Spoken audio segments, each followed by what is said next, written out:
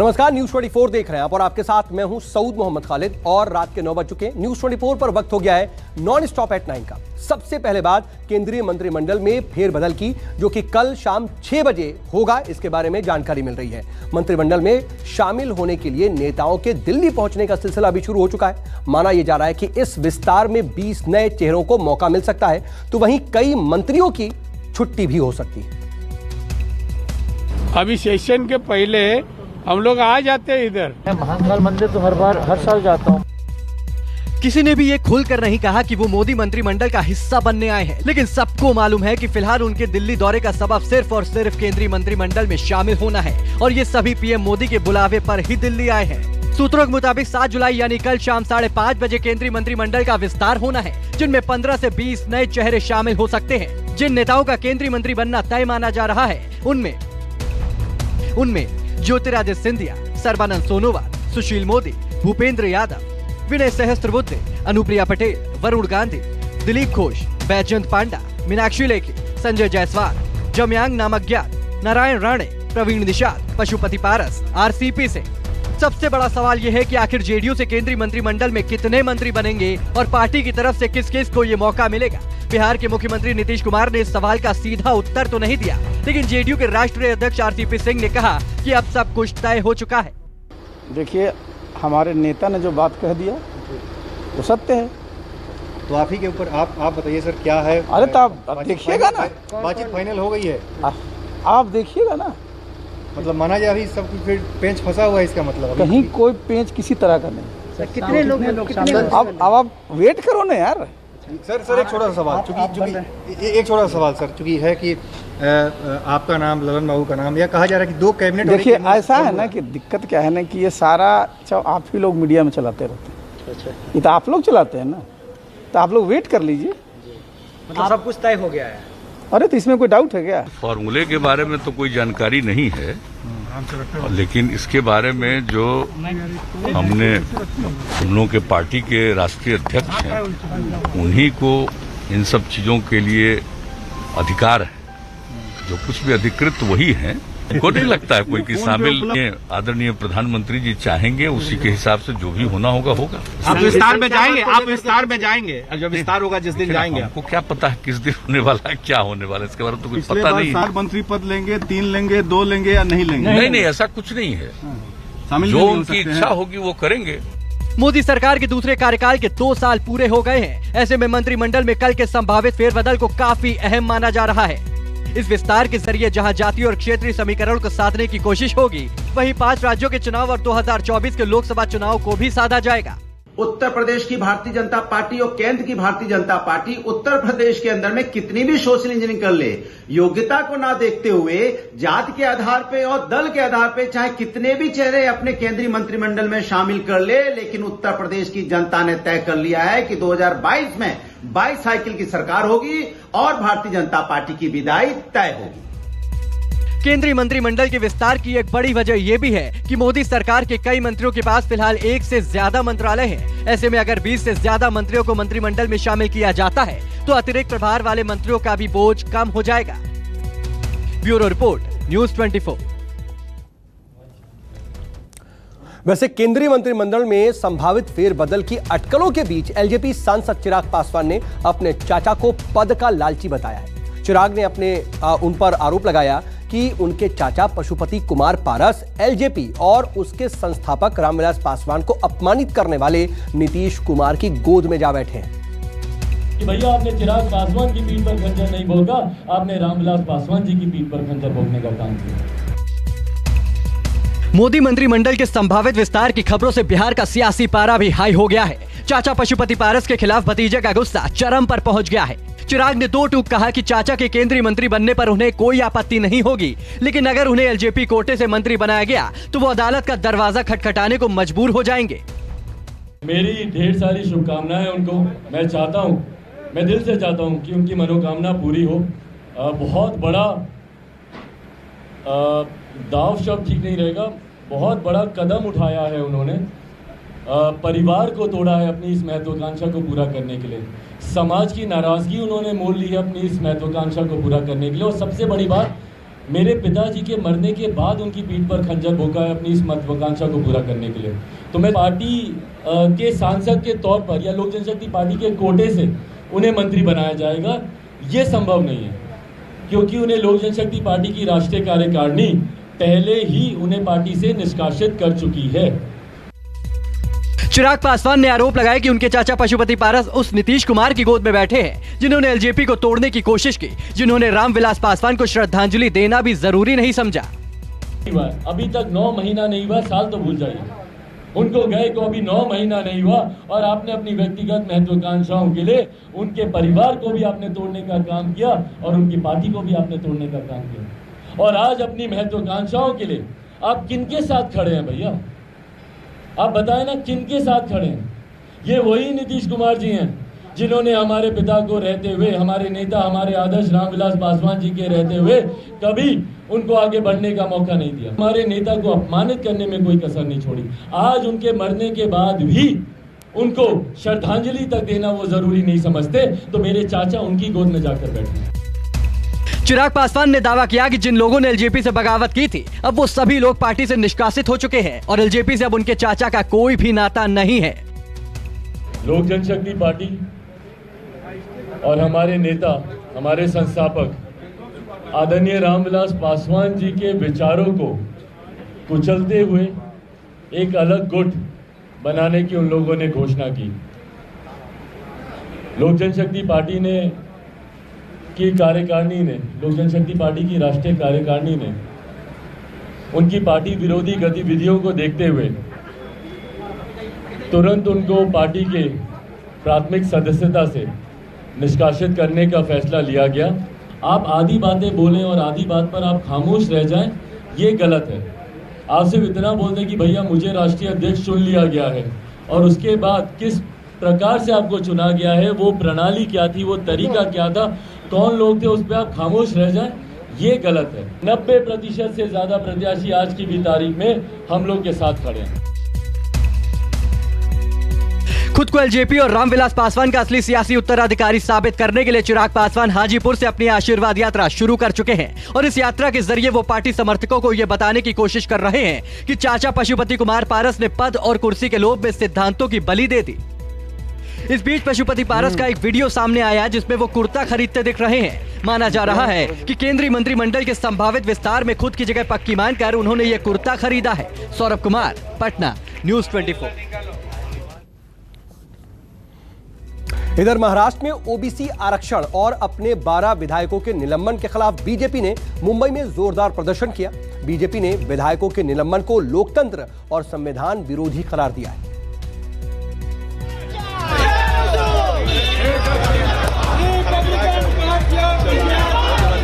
विधानसभा की सीढ़ियों को ही बना डाला सदन।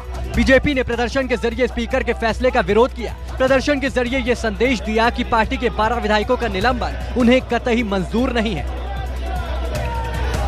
विधानसभा में अपने 12 विधायकों के निलंबन और ओबीसी आरक्षण के मुद्दे पर मुंबई में बीजेपी विधायकों ने जोरदार प्रदर्शन किया। बीजेपी विधायकों ने सदन के बाहर समानांतर विधानसभा सत्र भी शुरू कर दिया। महाराष्ट्र विधान परिषद में एलओपी प्रवीण दरेकर ने घोषणा की कि कालिदास कोलंबकर ही सत्र में अध्यक्ष होंगे। इस विरोध प्रदर्शन में महाराष्ट्र के पूर्व मुख्यमंत्री और नेता प्रतिपक्ष देवेंद्र फडणवीस भी शामिल हुए। अभिव्यक्ति स्वातंत्र, लोकतंत्र, इसकी हत्या दिन दहाड़े कर रही है। 2 सप्ताह का अधिवेशन सत्र 2 दिन पर लाया। 2 दिन के अधिवेशन सत्र में प्रश्न उपस्थित जो किए हुए थे उसको व्यपगत किए गए। जो कॉलिंग मोशंस थी उसको नकारा गया। कल विपक्ष के नेता को पॉइंट ऑफ ऑर्डर लेने से रोक दिया गया। केंद्रीय मंत्री और भारतीय रिपब्लिकन पार्टी के अध्यक्ष रामदास अठावले ने आज आजाद मैदान में ओबीसी आरक्षण के मुद्दे पर विरोध प्रदर्शन किया। तो साथ ही इस मुद्दे पर आवाज उठाने वाले 12 बीजेपी विधायकों को विधानसभा से निलंबित किए जाने का विरोध भी किया।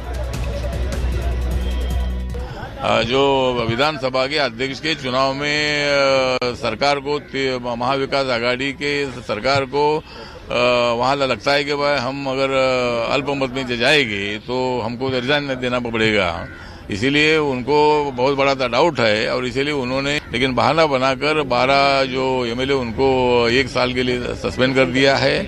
महाराष्ट्र सरकार ने 2018 में एक कानून बनाकर मराठा समुदाय को शिक्षा और रोजगार में 16% आरक्षण देने की व्यवस्था की थी, जिससे महाराष्ट्र में कुल आरक्षण का प्रतिशत 50% की सीमा से ऊपर चला गया था। 2019 में हाईकोर्ट ने इस कानून की वैधता की पुष्टि की थी, लेकिन सुप्रीम कोर्ट ने जातीय आरक्षण में 50% की सीमा लगा दी, जिससे ओबीसी का राजनीतिक आरक्षण खतरे में पड़ गया। सोमवार को इसी सीमा को हटाने की मांग को लेकर महाराष्ट्र विधानसभा में प्रस्ताव पास किया गया। विधानसभा की कार्यवाही के दौरान सदन में हंगामा हुआ और कार्यवाहक स्पीकर ने बीजेपी के 12 विधायकों को सदन की कार्यवाही से 1 साल के लिए निलंबित कर दिया। सोमवार शाम निलंबित विधायकों ने राज्यपाल भगत सिंह कोश्यारी से भी मुलाकात की थी। विनोद जगदाले, मुंबई, न्यूज़ 24। इधर दिल्ली में सोनिया गांधी से मुलाकात के बाद कैप्टन ने पंजाब कांग्रेस में छिड़ी रार के खत्म होने के संकेत दिए हैं, लेकिन सूत्रों की माने तो कैप्टन ने इस मुलाकात में यह साफ कर दिया है कि अगर आला कमान सिद्धू को प्रदेश अध्यक्ष बनाता है तो वो अपना पद छोड़ने को तैयार है। I do not know anything about Sidhu साहब। मैं तो हमारी सरकार का काम है और वो मैं आके प्रेसिडेंट से डिस्कस किया है।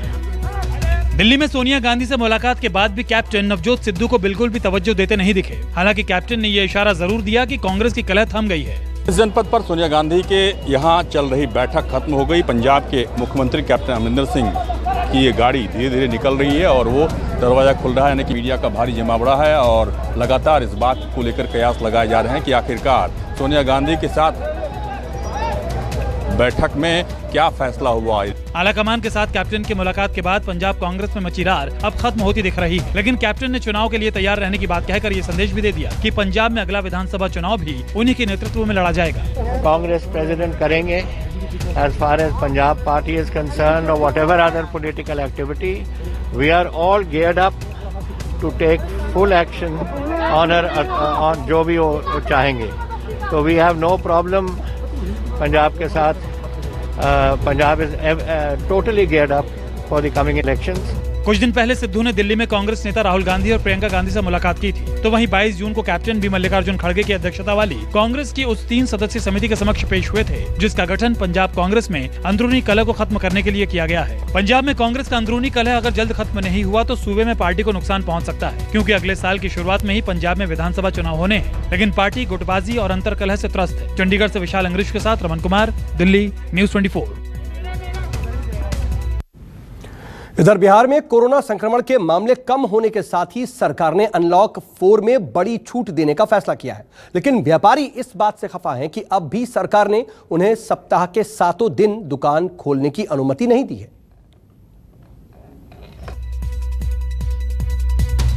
बिहार में 7 जुलाई यानी बुधवार से अनलॉक 4 की शुरुआत होगी, जो 6 अगस्त तक लागू रहेगी। अनलॉक 4 के तहत शिक्षण संस्थानों को छूट दी गई है, लेकिन सख्त गाइडलाइन के साथ। 11वीं और 12वीं के स्कूल खुलेंगे, कॉलेज भी खुलेंगे, लेकिन उपस्थिति सिर्फ 50% रहेगी। अनलॉक 4 में जो छूट दी गई है उसमें वैक्सीनेशन को महत्वपूर्ण बनाया गया है, लेकिन दुकानें जहां ऑल्टरनेट खुलेंगी वहीं धार्मिक स्थल अब भी बंद रहेंगे। सिनेमा हॉल, मल्टीप्लेक्स और मॉल भी बंद रहेंगे। रात 9 बजे से लेकर सुबह 5 बजे तक नाइट कर्फ्यू जारी रहेगा। बिहार में अनलॉक 4 की शुरुआत बुधवार यानी कि कल 7 जुलाई से शुरू होगी, जो 6 अगस्त तक के लिए लागू रहेगी। इसके लिए सरकार ने गाइडलाइन जारी कर दिए हैं। कई छूट के साथ लोगों को अनलॉक 4 में रहना होगा। रेस्टोरेंट खोले गए हैं, 50% जो क्षमता है उसकी 50% के साथ। इसके अलावा 11वीं और 12वीं के स्कूल खोल दिए गए हैं, हायर एजुकेशन के खोले गए हैं, लेकिन उसके लिए सख्त कोरोना जो गाइडलाइन है उनका पालन करना होगा। इसके अलावा स्विमिंग पूल खोले गए हैं, जो पार्क हैं, पार्क खोले गए हैं, लेकिन सभी में कोरोना गाइडलाइन का पालन करने के लिए सख्त किया गया है। दुकानों की जो अल्टरनेट खोलने की जो व्यवस्था थी वो बनी रहेगी। दुकान अल्टरनेट ही खुला करेंगे और उनका टाइमिंग सुबह 7 बजे से शाम 7 बजे तक होगा, यानी कि रात में 9 बजे से लेकर सुबह 5 बजे तक जो नाइट कर्फ्यू है वो अभी अगले 1 महीने तक बिहार में जारी रहेगा। अनलॉक 4 के इस गाइडलाइन से जहां एक तरफ कई लोग खुश हैं, वहीं दूसरी ओर दुकानदारों ने नाराजगी जताई है। उनका कहना है कि वो सरकार की शर्तों से खुश नहीं है, क्योंकि लगातार दुकान नहीं खुलने से उन्हें व्यापार में काफी नुकसान हो रहा है। दुकानदारों का कहना है कि अब उनके सामने भूखा मरने की नौबत आ गई है। सब जगह आप देखिए, ऑफिस में भीड़ नहीं है, प्राइवेट जगह में भीड़ नहीं है, आप कहीं भी जाइए बहुत बाजार में भीड़ है, लेकिन दुकान को जो बंद किया है बहुत सारे लोग बेरोजगार हो जाएंगे। हम लोगों का आग्रह है सरकार से, दुकानों को कम से कम सप्ताह में 5 दिन मंडे टू फ्राइडे जो है खोलने का निर्णय ले सरकार। अपने स्टाफ को सैलरी नहीं दे पा रहे हैं, उनको निकालने की कोशिश कर रहे हैं, क्योंकि हमारी आमदनी नहीं है तो हम उनको कहां से पैसा देंगे। कोरोना संक्रमण के मामलों में आ रही गिरावट के साथ ही बिहार में लॉकडाउन में छूट का दायरा बढ़ता जा रहा है। हालांकि अब भी सभी दुकानों को 7 दिन खोलने की इजाजत नहीं मिली है, जिससे व्यापारियों की हालत खस्ता हो रही है। अमिताभ ओझा, पटना, न्यूज़ 24। इधर केंद्र सरकार ने दालों की बढ़ती कीमतों पर लगाम लगाने के लिए दालों पर स्टॉक लिमिट तय कर दी है, लेकिन राजस्थान के दाल व्यापारियों ने केंद्र के इस फैसले के खिलाफ हड़ताल कर दी। 2 दिन के मंडी बंद से राजस्थान में 2000 करोड़ के कारोबार प्रभावित हो सकता है। व्यापारियों और आढ़तियों की भीड़ से गुलजार रहने वाली जयपुर की कुकरखेरा दाल मंडी में सन्नाटा पसरा है। जो व्यापारी नजर भी आए वो केंद्र सरकार के फैसले के खिलाफ नारे लगाते दिखे। अनाज और दाल बेचने आए व्यापारियों को वापस लौटाते दिखे। व्यापारी केंद्र सरकार के उस फैसले का विरोध कर रहे हैं जिसमें दालों के स्टॉक की लिमिट तय कर दी गई है। व्यापारियों का कहना है कि स्टॉक लिमिट तय करने से व्यापार मुश्किल हो जाएगा, क्योंकि कोरोना काल में जब किसानों की फसल कोई नहीं खरीद रहा था तब उन्होंने खरीदी थी, लेकिन अब सरकार उसे 30 दिनों में कैसे भी बेचने को कह रही है, जो कि बाजारों की हालत को देखते हुए मुमकिन नहीं है। दाल व्यापारियों की हड़ताल से 2000 करोड़ का कारोबार प्रभावित होने की आशंका है। केंद्र सरकार द्वारा दालों के स्टॉक लिमिट को तय करने के बाद अब राजस्थान के व्यापारी आंदोलन पर उतर आए हैं। यहाँ पर जयपुर के कुकरखेड़ा मंडी सबसे बड़ा अनाज मंडी है, दाल मंडी है। इन लोगों को आपत्ति है कि केंद्र सरकार ने इनके हितों के खिलाफ यह स्टॉक लिमिट तय किया है। आज ये धरना प्रदर्शन रैली भी निकाल रहे हैं। हम इन्हीं से बातचीत करते हैं। केंद्र सरकार का ये कहना है कि महंगाई बहुत ज्यादा बढ़ती जा रही है, उससे कंट्रोल करने के लिए हमने दालों का स्टॉक तय किया। आप क्या कहना चाहते हैं? सरकार ने बोला है कि कालाबाजारी हो रही है, इसलिए इन्होंने स्टॉक लिमिट लगाई है, परंतु कालाबाजार की परिभाषा तो उनको बतानी चाहिए। कालाबाजारी किसे कहते हैं? भारत के प्रधानमंत्री ने बताया था कि वर्तमान के एमएसपी से 30% यदि रेट ज्यादा हो तो उसे हम कालाबाजारी की श्रेणी में गिनेंगे। आज 30% रेट डाउन है तो कालाबाजारी कहाँ रही? आज चने का एमएसपी 5225 है, मंडिया 4500 बिक रही है, इसे कालाबाजारी कैसे कहेंगे? मूंग का सपोर्ट प्राइस 7200 रुपए है, 5500 बिक रहा है, किसे कालाबाजारी कहेंगे? हरड़ के दाम 7500 है, बिक रहे 5500, इसे कालाबाजारी कैसे कहेंगे? व्यापारियों ने एक वर्चुअल बैठक कर राजस्थान की सभी दाल मंडियों को अगले 2 दिन तक बंद रखने का ऐलान किया है, जिससे राजस्थान की सभी 247 दाल मंडियों में कोई कामकाज नहीं हो रहा। व्यापारियों का कहना है कि केंद्र सरकार के स्टॉक लिमिट के ताजा फैसले के बाद राजस्थान में करीब 3 लाख लोग बेरोजगार हो जाएंगे। यहाँ पर आप देखिएगा, आज ये मंडी है, कहीं कुछ खरीदारी नहीं हो रही है। सभी जगह आड़तिया भी आपको नहीं मिलेंगे, किसान भी नहीं मिलेंगे, व्यापारी भी नहीं मिलेंगे। और अगले 2 दिन तक यहाँ पर इसी तरह से अब लोगों को आके बैठना पड़ेगा, क्योंकि मंडियों में कोई काम नहीं होगा। मैं आपको मजदूरों से भी मिलाता हूँ, क्योंकि ये लोग वो हैं जब माल किसान लेके आते हैं तब ये लोग माल को उतारने का काम करते हैं, सब कुछ करते हैं, लेकिन आज इनके पास अब अगले 48 घंटे तक कोई काम नहीं है। भाई साहब, आज कोई माल वाल आ रहा है उतरने के लिए? नहीं आ रहा है। तो फिर कैसे चलेगा? आप तो रोज कमा के रोज खाने वाले हो। क्या करें, तो धंधा नहीं चल, बंद है, क्या करेंगे? अभी सोच रहे हैं कि कैसे आगे का काम चले, क्योंकि अगले 2 दिन तक ये पूरी मंडी बंद है। यहाँ पर व्यापार संगठन की ओर से इस बंद का आह्वान किया गया। तो यहाँ दुकानें भी देख सकते हैं, हमेशा यहाँ पर किसानों की एक लंबी भीड़ नज़र आती है, यहाँ पर चहल पहल नज़र आती है, लेकिन आज यहाँ पूरी तरह सन्नाटा छाया हुआ है और अगले 2 दिन तक यही हालत रहने वाला है। इन लोगों ने साफ कर दिया है कि यदि स्टॉक लिमिट को नहीं हटाया जाता तो वे अपने इस आंदोलन को और भी तेज कर सकते हैं। केंद्र सरकार का कहना है कि स्टॉक लिमिट कालाबाजारी रोकने को लेकर तय की गई है, लेकिन व्यापारियों का कहना है कि सरकार उन्हें परेशान कर रही है। KJ Srivastava, Jaipur, news 24। नमस्कार, मैं हूं मानक गुप्ता। अगर आपको हमारा ये वीडियो पसंद आया हो तो इसे लाइक और शेयर जरूर करें, और हाँ, हमें सब्सक्राइब और फॉलो करना ना भूलें, ताकि आप देश और दुनिया की कोई खबर मिस ना करें। चाहे कोई ब्रेकिंग न्यूज हो या कोरोना वायरस से जुड़ी कोई भी अपडेट, पॉलिटिक्स हो या आपकी जेब से जुड़ी कोई खबर, इलेक्शन की कोई न्यूज हो, कोई कंट्रोवर्सी हो या फिर कोई वायरल वीडियो, सब कुछ मिलेगा न्यूज़ 24 पर। तो जुड़े रहिए हमारे साथ और देखते रहिए न्यूज़ 24।